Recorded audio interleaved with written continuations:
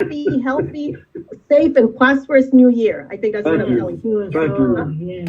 Thank you. And thank you so much, Mandrea, for making this happen. I wish we had more time so we could advertise it and we could have gotten more people. Well, we can always have them back on. This is easy. This is why we have our show. We can always have them back on. We can have them on as many times as we want. Matter of fact, we can just hand over the show.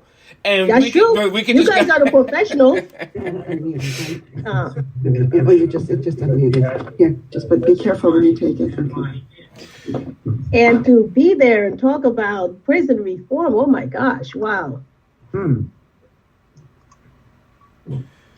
I hope the Riches win the, what is it? Is it an Academy Award? Is it the Oscars? Whatever it is. They were nominated for Academy Award this year. They didn't win, but they were nominated for Academy Award.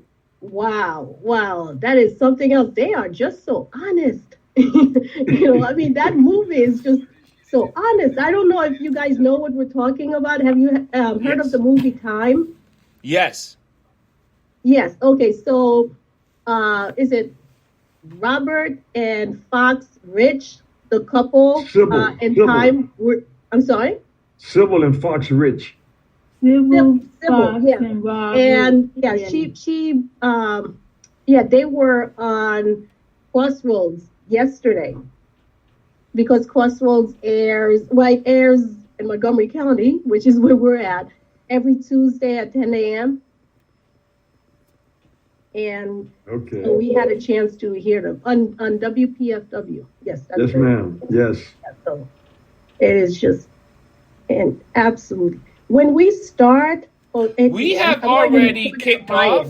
Just to let people know that we are live here on You Be the Judge. Recording in progress. I do like to start always on time on You Be the Judge. We're here every Wednesday at 6 p.m. here live in front of your station. And if you ever have any questions or comments, you can always put it in the chat box. You can put it in all your live feeds. It's on YouTube. It's on Facebook. It's on Apple. All your podcast channels.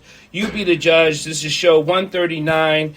Not You Be the, we've gotten over several hundred shows, but this is a whole new year.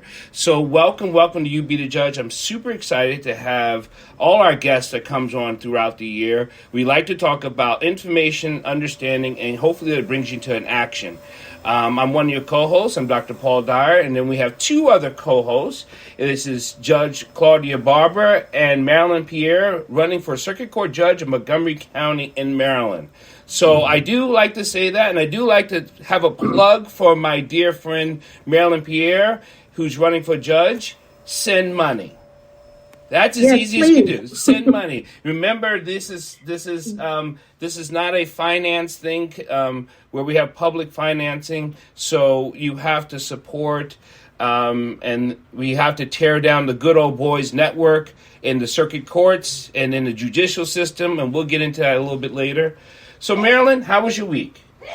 Oh, my week was wonderful. I loved the new year. And so far, it's been great. I took my booster shot today. I did not have to make an appointment. I did not have to wait online. So, yay. So, I'm all caught up now. My arm is hurting a little bit, but I think I'll get over it.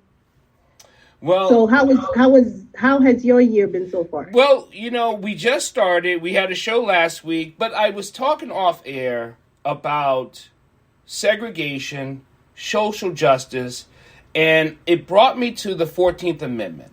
And since I have some great esteemed colleagues on this, that's attorneys, the 14th Amendment was supposed to get rid of or bring equality. Was it or was it not, Marylin? Well, it's part of the 13th, 14th, and 15th Amendment. The 13th we know freed slaves, except for, I'm sorry.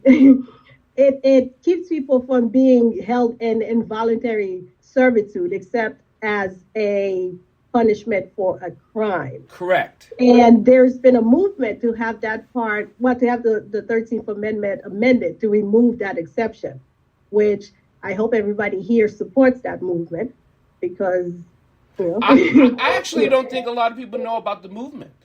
I actually Really? don't know. What, Marilyn, I don't think a lot of people dig into different legal issues and laws that is so subjective and it holds so many people back.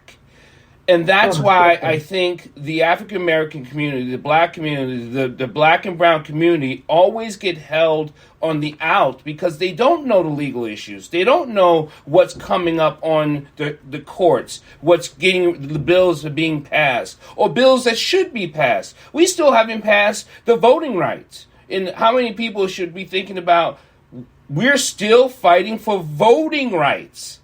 Mm-hmm. That's insane. It's an insane thought process. But we're still fighting for voting rights. So the 14th Amendment has been actually shredded. Then, if we're still fighting for voting rights, then how's the 14th Amendment was it ever really upheld? Yeah, I think that we need to hold the so-called leaders accountable for what they promised to do.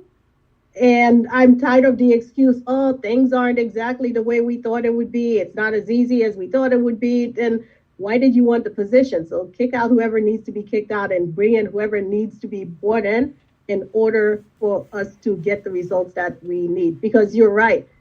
At this point, we should not be fighting, and not only fighting for those rights, but actually going backwards in terms of those rights. When you hear that in Georgia, people who are standing in line for 4 to 5 hours to vote can't even have, a bottle of water from somebody else given to them. It's just unbelievable. So that goes back to when they. And then I always wonder, how do they answer nature's call? Do they have to go back on the line again? Are they allowed back in their spot? Isn't that a question? Okay. Yeah, I don't even know. So today, this is Teresa Lee. I just want to say we need to look at how they're using the filibuster as well, not to pass the John Lewis Voting Rights Act, and how they've used the filibuster all through history to maintain the status quo. If they get rid of the filibuster before the majority turns back to Republican, I think there's a chance. And I know that they're really threatening to pass a law against the filibuster as well. Teresa, thank you for your comment. Do you think the filibuster can turn around and bite us? Probably not, because as we can see, when we have the majority Democrat, we have both houses as well as the presidency, and still we can't come together to pass really laws that will benefit the people. So I'm not sure that the filibuster, I'm just saying that they're using that as an excuse to move forward. I'm not sure even after they do that, if that will be enough, because you still have people who are white supremacists on both sides of the aisle. I agree. And I don't think having the Democrats having the majority, because a lot of Democrats just not good people, right?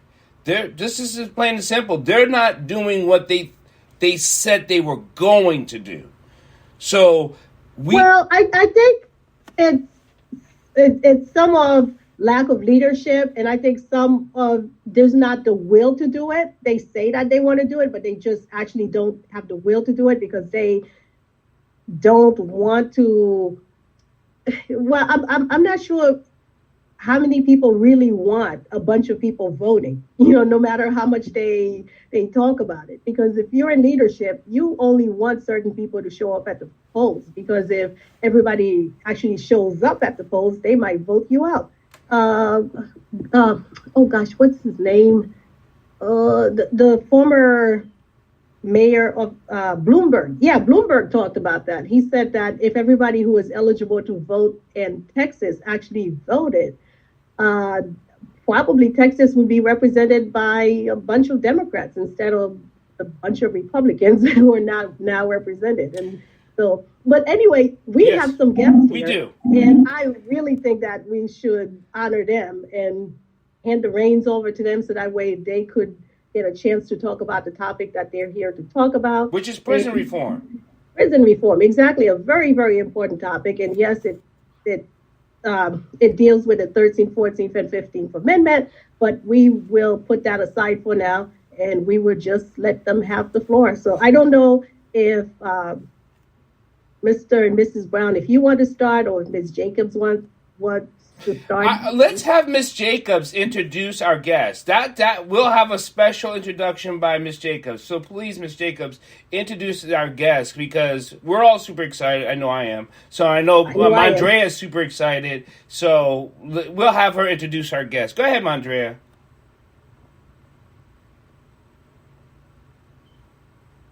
It's a mute thing. You got to do the mute. You got to unlock the mute. We've been doing Zoom for 2 years going. Oh boy. There it is. Don't charge it to my heart. Don't charge it to my heart. Hey, listen, I want to first, I got to give honor to my Lord and Savior Jesus Christ, who's the head of my life.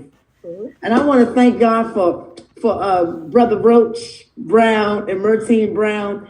God put him in my spirit to come on the show because he's the one and only. If it's another, it's a phony. And that's just my thing. But I just thank God for Brother Roach. I don't have his bio, but I know that he has personally been a forerunner and a voice to so many people in the DMV area to talk about prison reform and provide so many other a wealth of resources to people coming in and out of the prison system and people who've been treated unjustly. And I don't even think he even know how many people he's really reaching. You're touching so many people, brother. People you probably would never even know, that you and your wife have touched. So I just thought it would just be such an honor to have you here with your wealth of information and your experience, and I just want to yield to you in that way and thank God for you. So thank you. There he is. Thank you. Roach Brown. Hello, how you doing? Very we're well, doing sir. well, and it's such an honor to have both of you here. It's our pleasure. It goes both ways. It's a pleasure and an honor because it's a joy just being alive. It's inspiring to see so many people concerned about our brothers and sisters and how we're being treated. And we started off mentioning about the 14th Amendment, which gave us equal rights and citizenship to all Afro-Americans. And we talk about mass incarceration or reentry. And it seems like the two don't fit. Because if we were guaranteed the right to be treated as equals, then a lot of us wouldn't be in prison. Because the laws are unequal, it's unjust, and we're supposed to be treated the same way as all citizens. So we've been going through a thing about this, and it really warms our heart to have people sitting there talking about our brothers and sisters who've been taken from us. Sure, they might have broke the law, whatever. Punish, but don't over-punish, don't overkill. And when you do that, a lot of little kids are being left alone without their mommies and daddies. And we're seeing all these killings. All this is connected, because the kids are so mad, angry, and bitter. They don't care about us, you, or nobody, because then nobody care about them. That's how they some of them interpret it. This thing is all interconnected, and we need to have more people like you and more programs like this. Because, hey, 70% of all black males in America have a criminal record or been in prison, or been arrested or stopped by the police. 70%? Seven out of 10. Wow. 7 out of 10. And these figures are frightening. Black suicide is on the increase inside of institutions. Young black kids are committing more and more suicide because there's no hope. There's no tomorrow. When you take away mommy and daddy, when I came through, we got locked up. You may did 3 years, 2 years, 4 years. You can come back out and you can be in your kid's life. Then you may get locked up again a few years later. But you had moments that you were in his life or in the kid. Now, when you lock up a parent, they never see their mother or father again. It was 15, 20, 30 years. We just had a friend come out there 50 years. And even staying with his family. And his son took offense with him. Where you been at all my life? He's been in jail for 50 years. You don't know nothing about parenting, fatherhood, nothing how to even communicate with his son because he's been communicating with in another language and another mentality. So it's hard for him to relate. And he had to leave out the house. Yeah, and I think you had a show where you talked about how it was such a shock to him when he put his hand under the faucet and the water came out, and and he's using the cell phone and going, "Oh my gosh, what's going on here?" Yeah. Because it's a different world that he was living in. Well, when our guest, Mr. Brown, mentioned about the high incarceration, about 70% of Black men, that is not shocking to me because I had a conversation with a coworker who was a judge, and he still is a judge, and he just reiterated to me on one occasion. He says, it's really hard to find a Black man around here without a record. Most Black men have records. And it's astonishing that that statistic is real, but it has nothing to do necessarily with the fact that it's that way because Black men only are criminals. And it has more to do with a very twisted and jaded criminal justice system that targets, communities, vastly people of color in communities. And it's all about the policing. It's all about, the arrests. It's all about, the fact that the arrests are documented and there's a record made. Now, see, the reason why that explains also the reason why I continue to still not do business with Starbucks. It wasn't so much about the apology. It's the fact that you made an arrest record. That's where I am, out of foolishness, and then on top of that, before this whole incident went down, you had a police chief saying that the arrest was appropriate.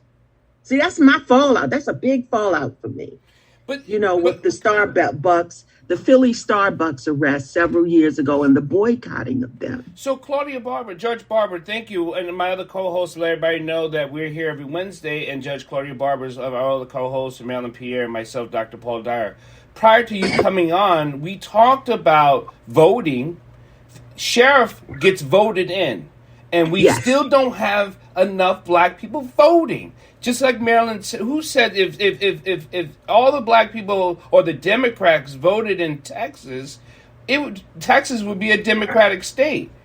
But besides the fact, I don't think the 14th Amendment was ever upheld or was secure, because they kicked it back to the states, and when they kicked it back to the states, they allowed the courts to imprison people and then institute them, and then so now we're back into prison issue.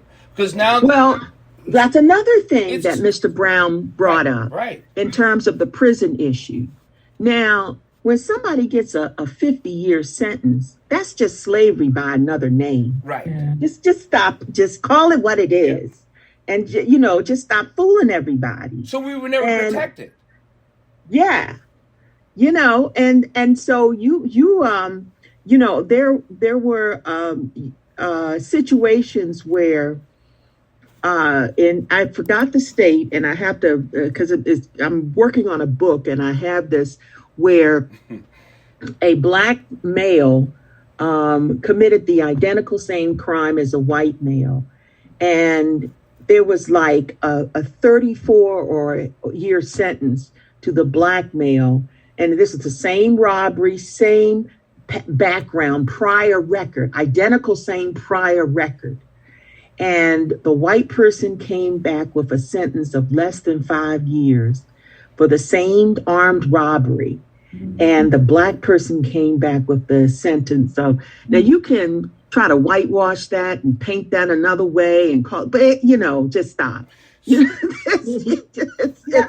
think in that case, they actually asked the judge why there was such a disparity. Right. And he said, well, I'm not racist. It's not because of race. The black one just warranted a higher sentence, although he couldn't put his finger as to why. He couldn't put a finger. And I read the rationale statement that came behind that whole scenario, and it just didn't make sense. I mean, you just wanted people to believe an apple is an orange and an orange is an apple. Just so, at some point you throw up your hands and go, none of this makes sense. I'm going to ask a question, and I don't know if you know the answer.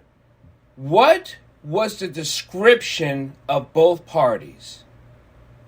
Was the black guy 6 foot something and strong looking? And was the white guy not? Because remember, black men get arrested on perception of a threat. And, right. And because we have more muscular definition, or we're bigger, or whatever have you, we are getting pulled over and perceived a threat, and then it goes into escalation. That may be a factor. Was it an it riot? It doesn't just and the same prior record. It doesn't. And that's where you need to get to the root of the problem, which is really the judge. And you need to address these disparities in sentencing. And we should not be afraid to pursue and seek judicial reform. Because, we have written laws. You guys want to watch more until we're blue in the face. Over to my YouTube channel. And we have passed laws and passed legislation. And then you sit there and scratch your head and go, isn't there a law against that? And then you sit up there and go, there should be a law against it. Then you find out there is a law against it. It's just people aren't enforcing the law because they don't want to enforce the law. It's just words on paper. All men are created equal. Yeah, the Constitution says that. But are they really? And so it's really a situation where there is a total disregard for the law and the Constitution. And equal justice under the law. I've heard that 100 times, if not 1,000 times. I think that's one of the reasons why I like to educate returning citizens.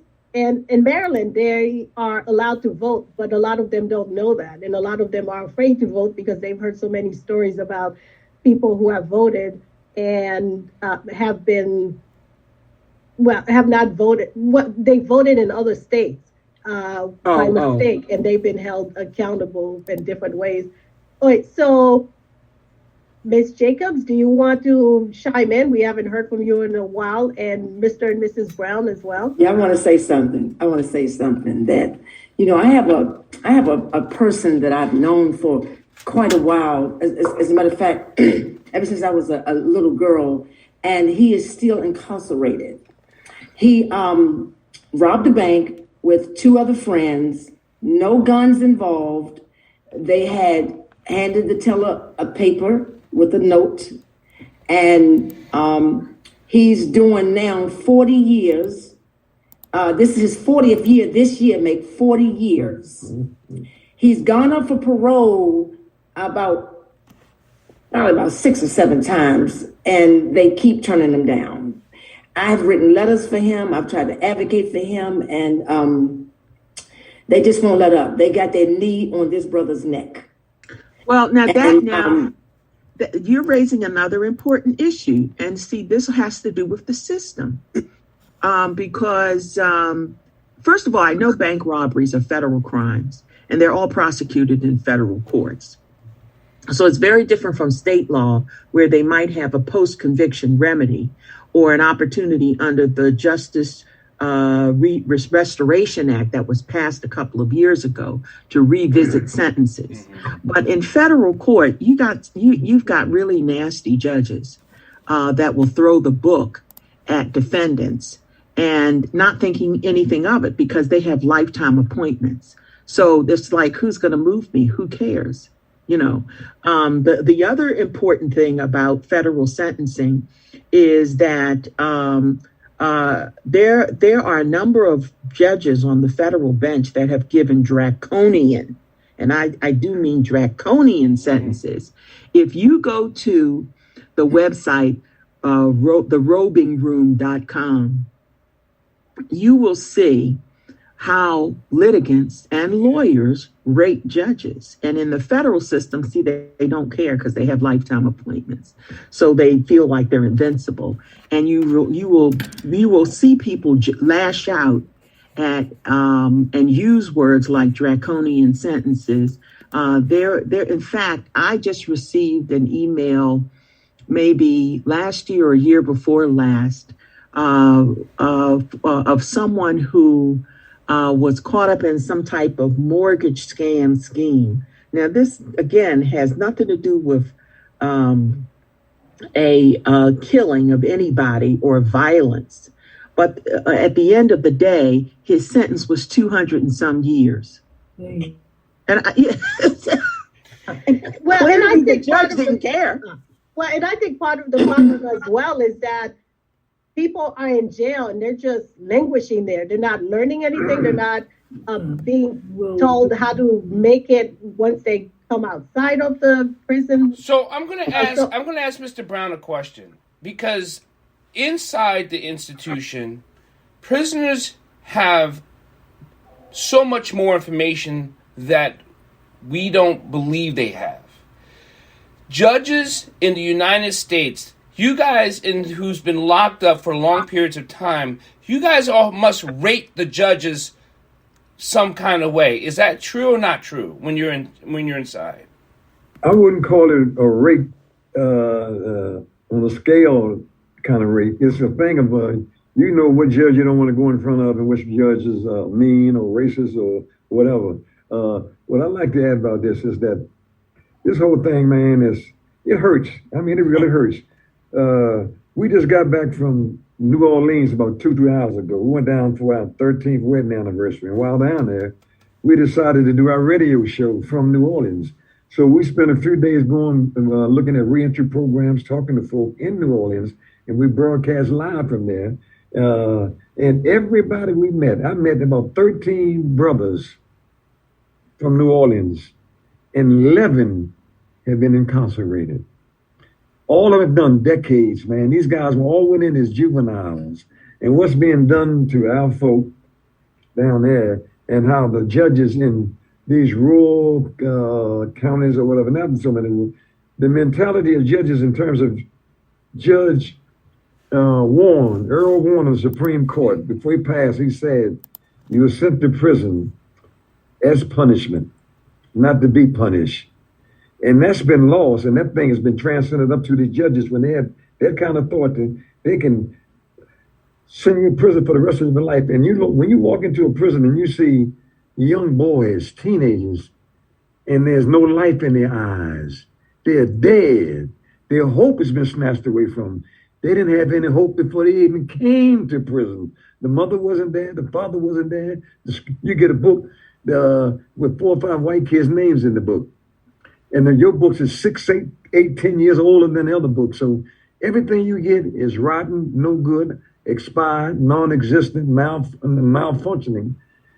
Then they lock these kids up and charge them with crimes and expect us to obey the law when the law is supposed to be protecting and providing. And when that thing is abused and you see young black boys, not only boys now, the fastest growing prison population of black women.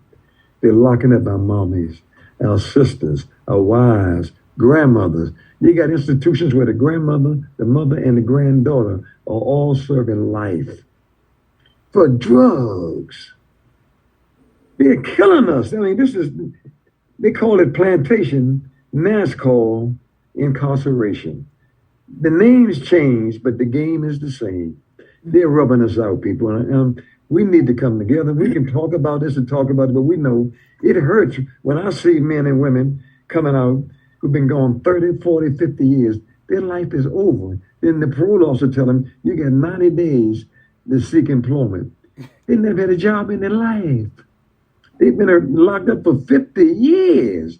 and you give them 90 days to find a job. I mean, this kind of stuff, this double dipping, whatever you want to call it, it hurts. It's not right. We all know it's not fair. And like you said at the top of the show, Doc, the 14th Amendment, we supposed to all have equal rights. We know damn well ain't none of us got no equal rights. And they'll do the same thing they do to me, they'll do to you. They catch you on you by yourself, one-on-one. It doesn't matter what the Constitution says, or who, if you know the judge or don't know the judge. If they get you by yourself, brother, I don't care if you got a PhD in legal terminology. We don't stand a chance. The only way we can get together is this way here. Let's organize, let's mobilize. And when I see, I don't know half the people on the screen, but you can bet your last dollar. If they come after you to try to lock you up and get you, we'll do whatever we can to help. And I don't need to know you, because we know what you're going to go through, what you're going to face. And if I went through this kind of pain, I don't want to see nobody else go through that kind of hurt. So let's unhurt the hurt. Let's get together to unhurt the hurt. Thank you. I'd like to add to that, if I may. You know, I was in prison facing 20 years to life. And I was blessed to be able to serve 1 to 3 years for an assault with intent to kill. And being able to address this issue from the inside and the outside, and I'm sure Roach can relate to this because we've both been incarcerated. Resources, resources, resources. There was a time back I opened 10 outreach centers in the DMV area. And there was a time when we couldn't save everybody, but we were able to plant some great seeds in the lives of our Black women and our Black boys to prevent them from going to jail and provide other opportunities for them. We had the Boys and Girls Club that was very visible. We had a lot of different outreach, nonprofit organizations. We had nonprofit organizations all over the city. I mean, they were visible. I mean, out there in the street, passing out flyers, grabbing them kids, talking to them, getting in their face, providing services, going inside the homes, making an assessment. I'm not talking about social services going in. I'm talking about we as civilians would go inside of the house and make our assessments. Okay, you got 4 kids, you got 2 boys, you got 3 girls. Okay, this one's has mental illness. This young lady is pregnant, and we would go and we would find them resources, and resources was available, and it made a difference. And then we had role models. We had people we could look up to. I had Dr. Calvin Roloff. That's who I had personally for me. I don't know. I'm sure everybody had that person who was able to help guide them. Also, we had officer friendlies. You know, we had officer friendlies passing out the coloring books. And I'm telling you, that meant the world to me, having an officer friendly, you know. And I just wish that when I was going through my adolescent, you know, my problem, my at-risk youth problem as a youngster, I wish that I had somebody to snatch me up. Maybe I wouldn't have experienced all the things I did. However, I was blessed to have a praying grandmother and people who would push me in my back. And I was able to found the Never Say Never ministry and to aid and assist homeless people and at-risk youth and help them with after-school programs and giving out turkeys and food and counseling and support groups to do what I was able to do with the resources that was given to me. So I think that, you know, I don't know if it was Martin Luther King or somebody said, let us not get caught up in the paralysis of the analysis. I mean, just meeting after meeting after meeting after meeting. At some point, we got to drop the bomb. And when I say drop the bomb, at some point, we're going to have to make a difference and organize, as Roach was saying, and let's do something. So we have to organize around specific issues that need to be changed. For example, there should be a push to take all these humongous draconian sentences. Anybody who has a draconian sentence, let's revisit it. Anybody that has a draconian sentence, let's revisit it to find out whether or not there was violence involved or non-violence involved. Well, here's my question for our Mr. Roach. For as many years as we've been doing this, many years that we've just been talking about that this is done purposefully, right? Let's just call it what it is. It's purposefully. That's true. I'm 100% with you. Why hasn't, we know that people have talked to congressmen, senators, and this new president who also signed a bill that put probably 3 million black people in prison. So he knows what he did even when he signed that bill. Why are they not looking at these sentences and trying to reform them? So it's almost like we're kind of going back to a Civil War question. After they're free, what are we going to do with them? Because I think that's what they're afraid of. But that's a big issue, because it reminds me of a scene in a historical documentary about LBJ and Dr. King. So when Dr. King approaches LBJ and says, "What are you going to do about the voting rights? There are a lot of people in the South that can't vote." He said, "Well, if you don't march about it, ain't nothing going to be done." That's crazy. That was his answer. Answer. That's true. Nothing is done. Frederick Douglass said it long, long ago. Power conceives nothing without a demand. It never did and it never will. We have the power. All we have to do is do it. We can start with change.org. That's what's on my mind at the moment. I mean, 20 years is enough time for anyone to do. Just a simple... Again, this is so close to our hearts. We talked about this yesterday on our radio show, and a brother called in from Germany, and he calls in frequently, and he said that you'd be surprised that the people over in Germany are listening to our program, and it blew us away, and we've been getting calls from other countries, and our folk are being treated the same way all over the world. We are being last hired, first fired, being beaten and killed by the police. They're locking up our kids. And somebody said, we need to focus on a couple of issues. There's some things that we can do to help. You got men and women. The lady in Baltimore just got out, Miss Gwen Levy, did 25 years. Mm-hmm. She was in her 70s.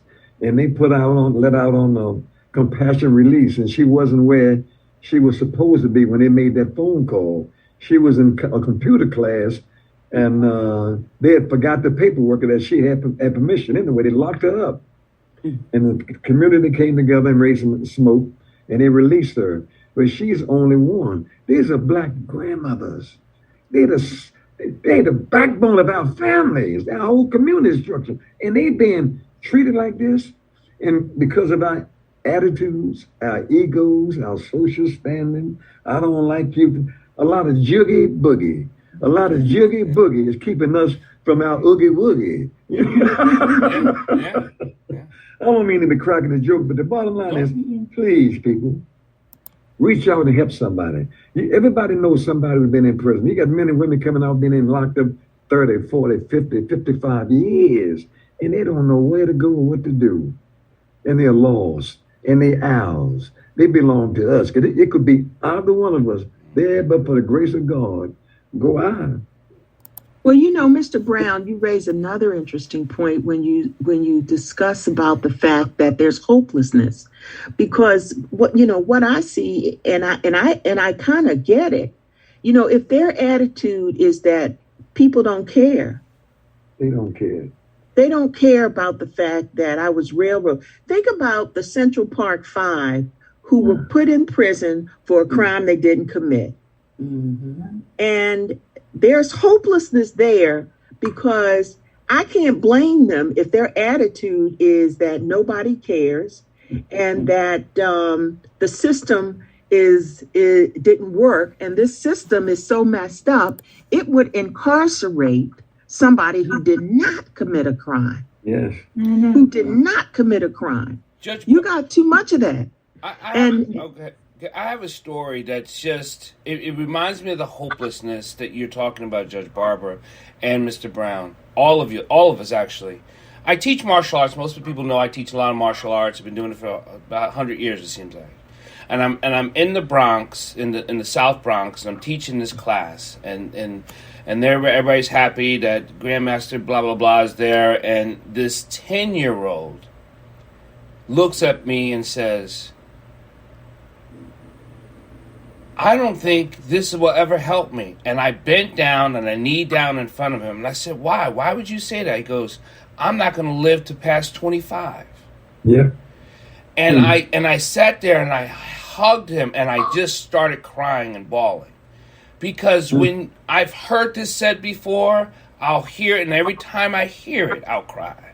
But when you have a black boy that'll tell you that he doesn't believe he will ever live to 25 because of whatever, that's a hopelessness that is being, like Mr. Brown said, it's being snatched away purposely via schools, via education, being on the streets, and it's all over. So we have all these fingers, like Judge Barber says. We got to pick an issue and make a fist and punch a hole in this mess. There you go. Because we're done. And speaking of Maryland specifically, if the black flipping people come out to vote, we win. We have more black voters in Maryland than white voters. So if we want to do something, we have to come out and vote on the lower levels.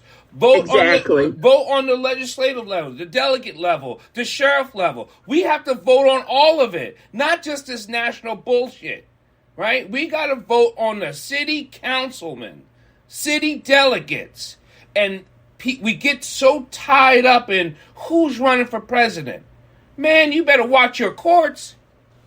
You better. And you have the opportunity to vote for trial court judges. Thank you. So don't even think that this is a lost cause. And I've met voters at the polls who says I don't vote because it's a waste of my time. The system is the system, and it's jacked up, and it's going to stay jacked up. So that's where you have got to educate, and you've got to outreach and do your outreach and let them know that they have options. In fact, they should run themselves. I mean, that's just the truth of the matter. Because if you have a situation where you have a purposeful system that's systematically incarcerating people and not educating them. And not educating them. Yeah, because you remember they pulled that education system out of the prison system. They used to be able to get at least a high school, college. They said, okay, enough of that. That's got to stop. So they did, again, doing things, and they don't allow certain visitors. I was talking to Mandrea today. I've been trying to get into prisons, but since COVID, it's been hard for them to allow me in to talk to my brothers and sisters. Mostly I want to talk to my young men and my black men, my black boys, and let them know that we're here to help them when they get out. But they're stopping that. They're not allowing you in because of, quote, COVID. Well, we've got to, again, just as Dr. Dyer mentioned, focus on issues and face it head on. And I agree, we need to start by mobilizing people to vote, because there is way too much, there are too many politicians taking votes for granted. And, once they get our vote, they could care less. You could ask them, to fix A, B, C, and D and correct police reform and do all this and do all that. They'll sit there and act like, that it can't be done, or they'll be very dismissive about approaching your constituent issue. So everybody should have the same constituent issue to get rid of disparate sentencing when it comes to incarcerating people. Everybody should have a mentality that there should be a conviction integrity unit in every county state's attorney's office.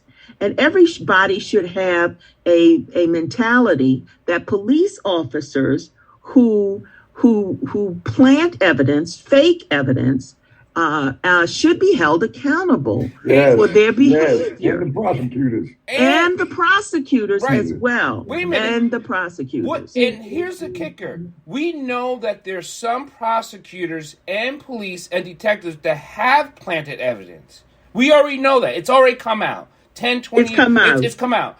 And they're not revisiting the cases. The question is how come? That's true. Now, there's a Ray Anthony, I think it's Ray Anthony Hinton, that he wrote a book, The Sun Will Shine Again, incarcerated for 30 years for a crime he did not commit. Now, see, there should be a revisiting. There should be a revisiting. Who did this? Now, he admitted that the police officer told him that, this all boils down to what I say. And if I say that you did the crime, you did the crime. And the judge is going to believe me. What about the plea deals? The plea deals that they and the plea deals. Yeah, when you're going into the prison. But I just want to say that we have to look at the profit motive in all of this as well. Yes, keep people in the prisons. This country was founded on cheap labor and slave labor, indentured servitude and slave labor. And so when they put that exception clause in there, in the 13th Amendment, yes. So you can be a slave, and that's what's happening in these prisons as well. Not to mention Correction Corporation of America and how they, how they are.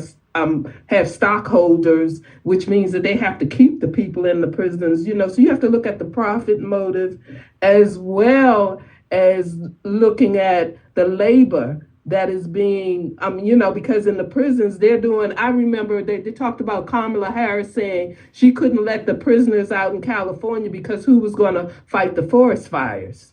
So, a prisoner versus paying, a firefighter who is not, a volunteer. So we need to look at how this criminal justice system feeds into the profit motive. But we also have to, again, re-examine sentencing disparity, largely because you really focus, you become laser focused on motives and disenfranchisement and injustices. And what I mean by that is that when you have people that are sentenced for 14 years for a street fight, which is something that I learned of, a simple assault, 14 years for a street fight over on the Eastern Shore. And those people are just sitting there in prison. See, we've got to, again, bring to the forefront these sentencing disparities because when you don't bring the sentencing disparities to the forefront, you don't see the difficulties that lie ahead. For example, there should be a study, and it should be in our face, and we should be identifying it and addressing it. How people who do drugs are largely incarcerated on the minority end, more so than white folks who do drugs. See, that disparity needs to be brought to everybody's attention. Well, wait a minute. With statistics. But I think Mike Tabor, and I don't want to throw your name out there. You're here on the air anyway, but Mike Tabor has said this our last show. White people got to do something. Who are you bringing the statistics to? Not to me. Not to my brother, not to my sister. We know. We talk about our family members who are locked up. We talk about the people who are getting pulled over. So it's not our families that we need to be talking to. But if you go to a white conversation, you bring this up, it gets dismissed. And that's an issue that we have, not in a collective round. I'm not talking about the few sprinkles here and there. We're talking about the collective. It gets dismissed. And that's an issue for us because they also vote. They also benefit from the profit. They also benefit for us being in prison. They also and whether they know it or not. That's the issue. Some people may not even know they benefit. And once you describe and tell them, they're like, I did not know that. And they're like, wow.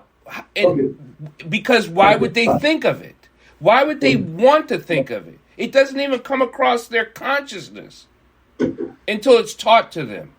But but they're not going to come ask me either. They're not going to come ask you, Judge Barber. They may ask you. But they're not going to come ask a regular black person saying, can you tell me about prison reform? It doesn't come up on their dinner table. They're talking about money marketing, investments, college for their kids. They're not talking about prison reform. It's the bear market, the bull market, yeah, they're the stock market. It's not even on their radar. So how do we put it on their radar for them to be consciously aware that it needs to be? Go ahead. Yeah, I think sometimes you have to start by doing something. I mean, there are just so many simple things that we could start doing tomorrow, but we don't do them because it's not comfortable. For instance, Judge Barber, you brought up Starbucks. I haven't used Starbucks in I don't know how many years. I've been going to them. I'm pretty sure they're not missing my business because they use prison labor. I don't want to pay a company who's then using prison labor. It doesn't make any sense. So if we decide as a group with our allies that we're not going to go to this business until they stop doing certain practices, we could get this done in a week. And everything that we talked about in terms of, lower sentences, less incarceration, all these kinds of things, we could get done in a week because we would have their attention. But when these people are like, that coffee tastes so good, and, they go to Victoria's Secrets, oh, isn't that a pretty bra?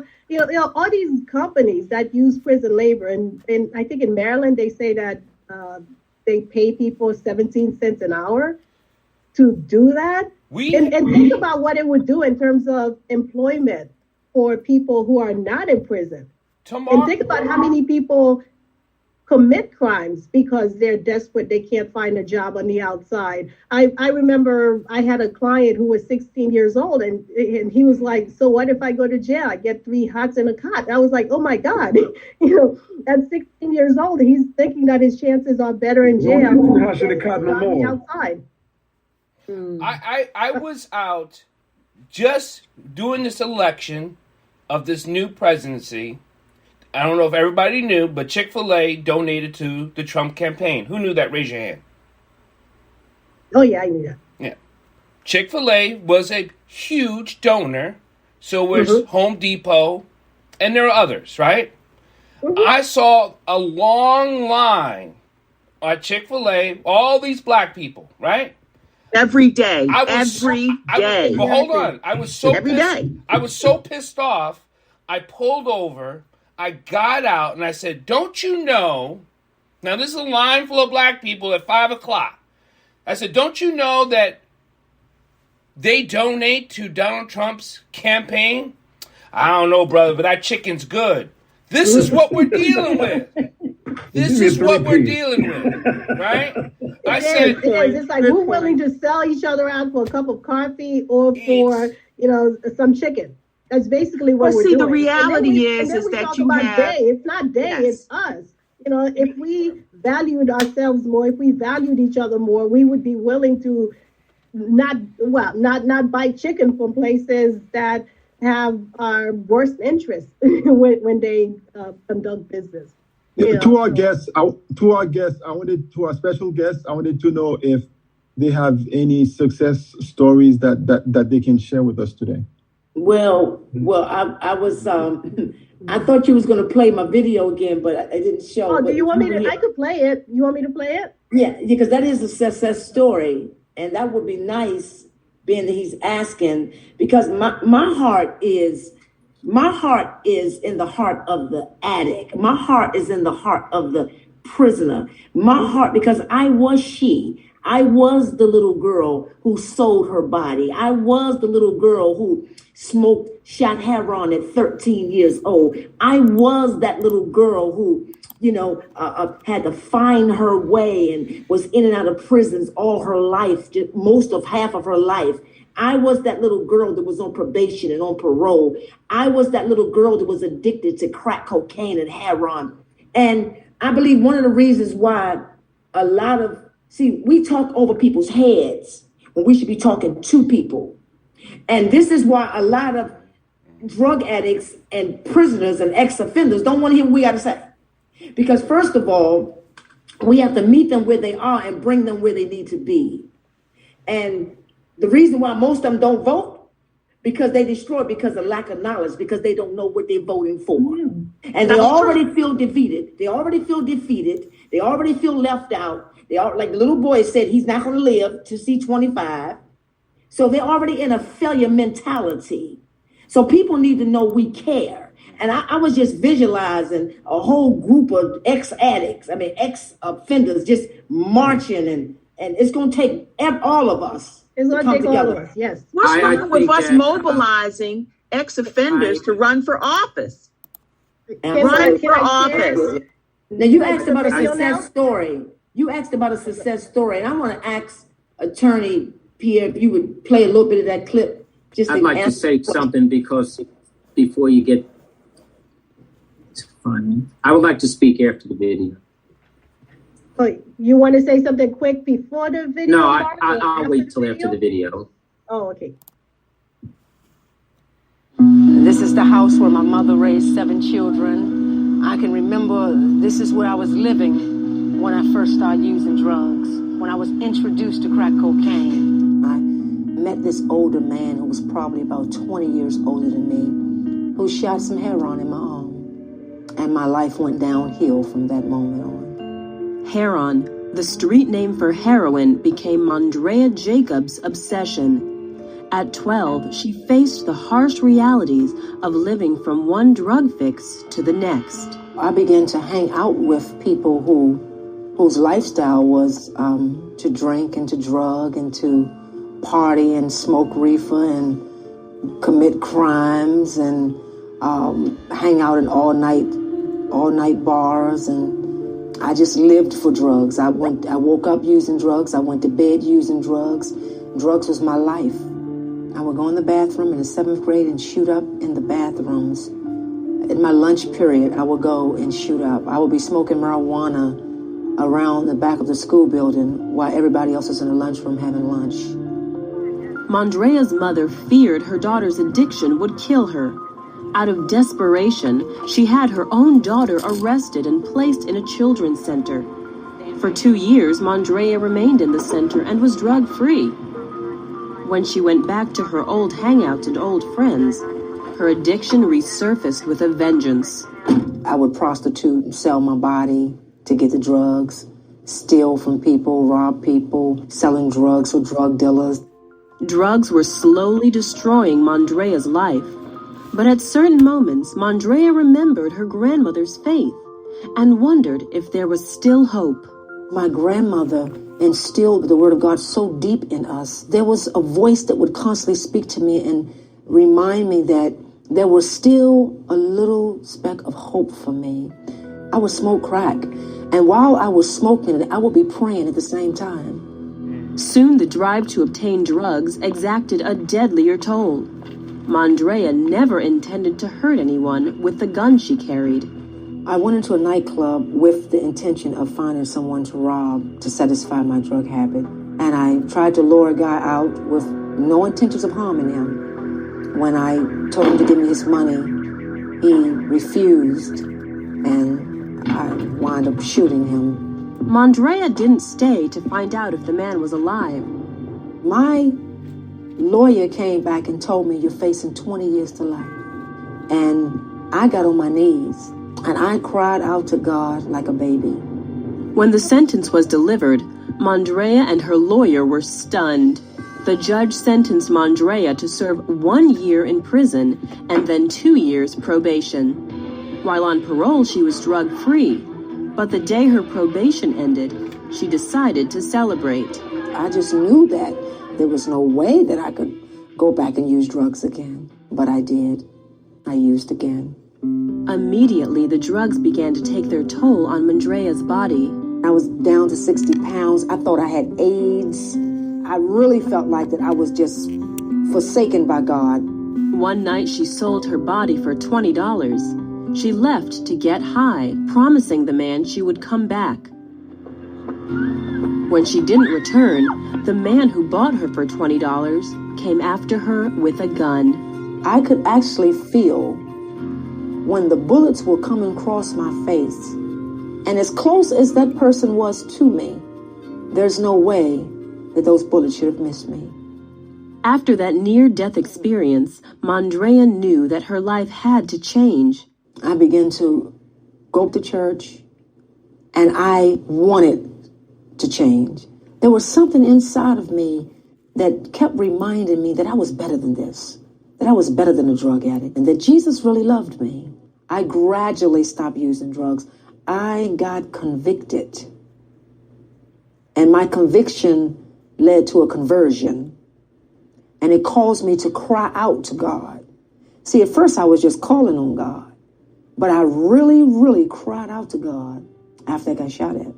I went from smoking ounces of crack cocaine and got down to $100 worth, and $50 worth, and $20 worth, and $10 worth, and $5 worth, until after I kept going to church Sunday after Sunday after Sunday, God just totally took the desire from me.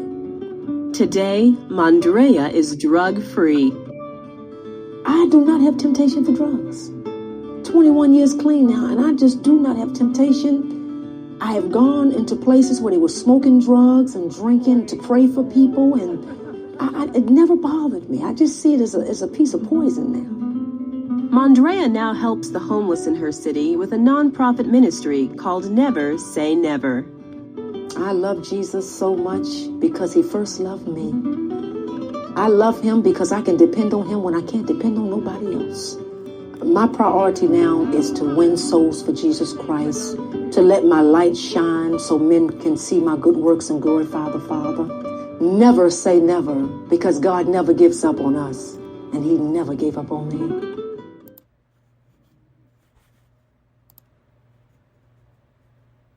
Definitely want to get to our last person that had a comment.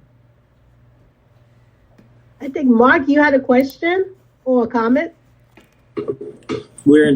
Sounds like the group is in search of tangible solutions. And I think the solutions are in need of influence and power. And to beget power, we can look at the problem or look at, for example, Chickfila would be, we could consider that a problem that they're donating to an organization which follows the pack and incarcerates the masses of African American people. Maybe part of the solution is to coalesce power around organizations that don't have those practices and stand firm against those kind of practices, to build the type of support system of, I want to say, of power. And those organizations are also influential because they are businesses, or they may be individuals, they may be creative artists, musicians who have influence, and they also have a following. And so if you're trying to reach a broad constituency of people, I think you have to recognize the fact that maybe none of us on the call who have these attributes. So we have to begin to bring to the table individuals who understand or can be influenced to understand this problem in a way that they want to become a part of building a solution. And what's the scope? Is the scope, there can be people on this call. This call goes out to who all ever will listen. Are we in scope of the state of Maryland? Are we in the scope of a particular county, in particular jurisdiction, in a particular court system? We can't conquer it all. I often say to people that sometimes we get lost in the journey. And what I mean is, all of you think about a mountain. We all have stories of how we got out of something, whether it was a a God solution, which we just heard, which was a beautiful solution, but God was the solution for the story I just heard. But I'm trying to say that there are a infinite number of journeys that each of us individually and many more before us have taken in life, trying to move forward in life, trying to move up in life, trying to reach goals and do better for ourselves in life. We're all climbing, seeking to climb upward. But this is this issue is a pandemic in and of itself, and it's pervasive, like the brother said, throughout the world. But that scope is so large that we have to bring that scope down to something where we can not only begin to have a solution that causes change, but it becomes visible to others near to us. Maybe when I say that, if it's Montgomery County, that then brings about change to Howard County, or it starts in Baltimore County, and other counties begin to coalesce with wanting the same thing for the prison system in their county. So we have to put scope around the solution. We have to clearly identify what problems we want to attack, which ones we have the resources, the power, and the influence, and organize around those things. Thanks, Mark. And I want to let people know we can continue to stay on the line. I do have to close up the show for iHeart and all the podcast channels that we have. You can always catch us on every Wednesday of You Be the Judge here at 6 p.m. You can go to any of your podcast channels, just put in Bridges Live, and the number 139 is the show. And you can always catch it on YouTube, the YouTube channel. We will be staying on the line, but as far as the live broadcast, we will be cutting it off right now. So I want to wish everyone thank you and see everyone next week.